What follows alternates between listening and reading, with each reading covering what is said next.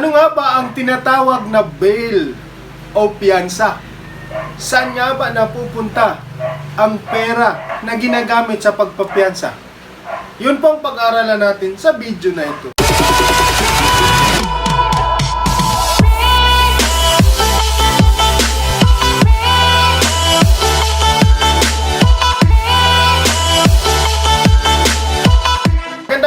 Muli mga kaguro, kaibigan at kaempleyado, kayo po ay patuloy na nanonood sa ating YouTube channel, ang Guro, Batas at ang Bayan. Huwag mong kalimutan na mag-subscribe at i-hit na rin ang notification bell para palagi kayong updated sa ating mga bagong videos. Mga kaibigan, kung mayroon kang tanong, bisitahin kami sa aming Facebook page at Attorney Restiti Adarayan.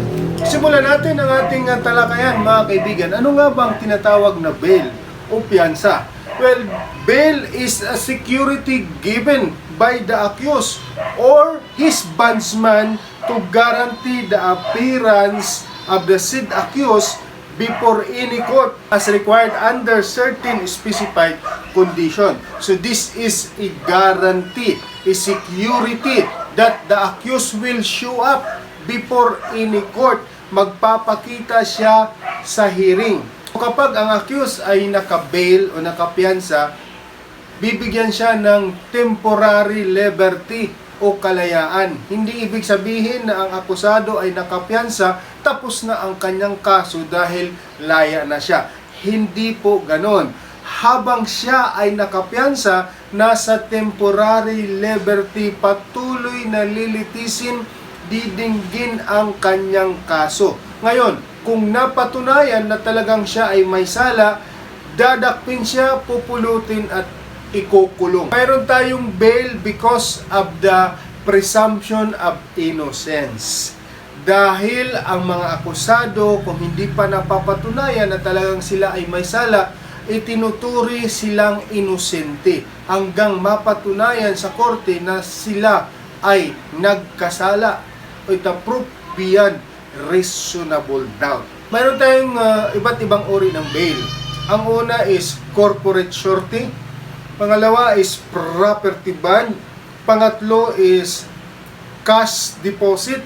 At pang-apat ang tinatawag na recognizance. So ang pinakamadali dyan sa lahat ay ang cash deposit. Pero mga kaso na hindi maaari makapagpiyansa ang akusado. Ano-ano ang mga ito? Una, when a person is charged with capital offense or an offense punishable by reclusion perpetua or life imprisonment. Ano-ano ang mga kaso na halimbawa? Halimbawa, yung murder or rape. So, hindi ka maaring makapagpiyansa kung ang kaso mo ay murder or rape. Pero mayroon pa namang ibang mga remedy. Pero maaari ka pa rin makapagpiyansa if the guilt of the accused is not so strong. Ang gagawin mo lang, magfa-file ka ng petition for bail at ang court na ang magdi-decide kung ikaw ay igagrant ng temporary liberty o hindi. Pangalawa, bail is not allowed after judgment of conviction become final. So kung mayroon ng judgment that you are guilty beyond reasonable doubt, hindi ka maaring makapag-bail pag ang judgment na yun is final. So halimbawa, ang kaso mo ay nakaapila pa sa mataas na hukuman, ngunit tinatulang ka na sa mababang hukuman, maaari ka pa bang makapagpiyansa? Yes, maaari ka pang makapagpiyansa dahil hindi pa final ang iyong conviction dahil nakaapila pa ito sa mataas na hukuman. Ngunit kapag lumabas na ang desisyon ng mataas na hukuman at ikaw ay convicted pa rin, proof beyond a reasonable doubt, ikaw ay hindi na maaari makapagpiyansa. Pangatlo, bail is not allowed if the accused has already commenced to serve the sentence. Kung ang akusado ay nag-umpisa nang iserve ang kanyang sentence o ang kanyang penalty, hindi na siyang maaari makapag-apply pa ng bail. So saan po napupunta ang pera, halimbawa, na idineposito ng isang akusado o kaya bondsman? Yun ang tawag natin sa isang tao na kung saan sa kanya nanggaling ang property o money or any other guarantee for for the temporary liberty of the accused. Saan nga ba napupunta yon? Well, kung pera yan, nasa bangko lang yan, nakadeposito. Halimbawa, kung ay nahatulan na as guilty beyond reasonable doubt, maaari mong makuha yung iyong piyansa.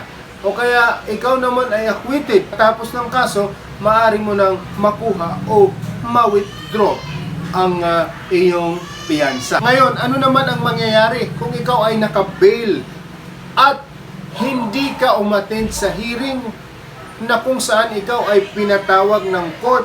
Kinakailangan na ikaw ay nandoon. Kailangan ang presence mo sa court. Ngunit hindi ka umattend. Yung po ay mapuporfeit in favor of the government. So, hindi mo na siya makukuha. It will be forfeited in favor of the government. At ikaw na hindi uma-attend ng hearing, despite notice, maaari kang dakpin uli at ibalik sa kulungan. So yun po mga kaibigan, ang tungkol sa bail o piyansa. Maraming salamat sa inyong panonood. Mabuhay po.